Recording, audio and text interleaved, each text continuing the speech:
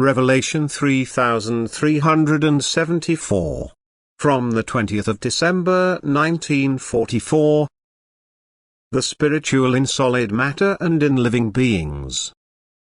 An essential difference exists between the spiritual which is still bound in solid matter and the spiritual which is permitted to enliven the external form, where the cover of the spiritual therefore exhibits visible activity so that it is addressed as living. The spiritual in solid matter is still completely turned away from God, therefore opposed to Him, and therefore all freedom is taken from it. It must endure an extremely agonizing compulsion, for the external form does not give way, it is immovable and indestructible and does not allow the spiritual in itself to be free. And the spiritual must remain in this state of compulsion for endless times until its resistance to God subsides, until it bends under Him, so to speak, and begins to submit to His will. Then the compulsion also subsides. The spiritual feels a relief of the external form until it is blown up by God's will and the spiritual enters a freer stage, although still in solid matter but serving a specific purpose, so that it can now already carry out an activity which initiates its further course of development. The resistance against God has to decrease more and more, the spiritual has to be willing to go the path of service, then form upon form will dissolve until the last solid outer shell falls and the spiritual is allowed to animate creations, thus life is recognizable in a creation.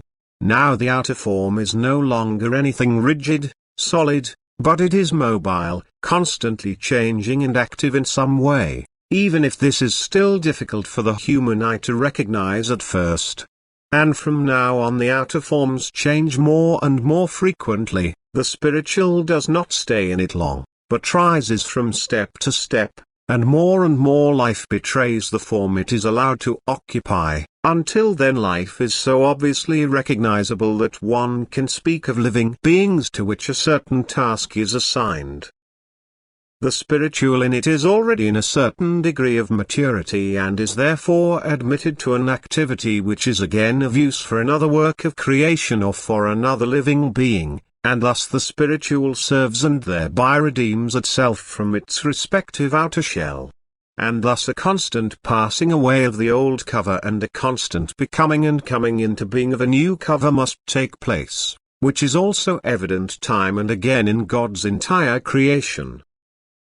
And time and again the outer cover must release the spiritual as soon as it decides to serve, which is always recognized by God, which is why He takes the spiritual's desire into account to assign it a new serving activity. Consequently, the spiritual substance in the living beings has already progressed considerably, for its will is no longer opposed to God, so that it will soon reach the degree of maturity required for its final embodiment on earth as a human being.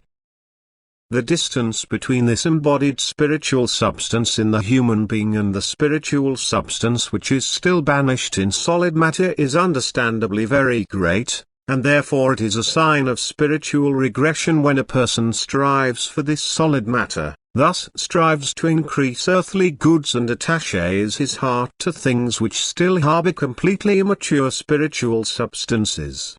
This is a danger for the human being, for the spiritual pulls him under its spell, it drags him down and thus makes the path of ascent more difficult for him, whereas the human being who disregards matter is much freer and strides upwards more easily. Nothing holds him back on earth, he can detach himself far sooner and will also want to leave the last form, and he feels it that he should never desire what he has long since overcome. Amen.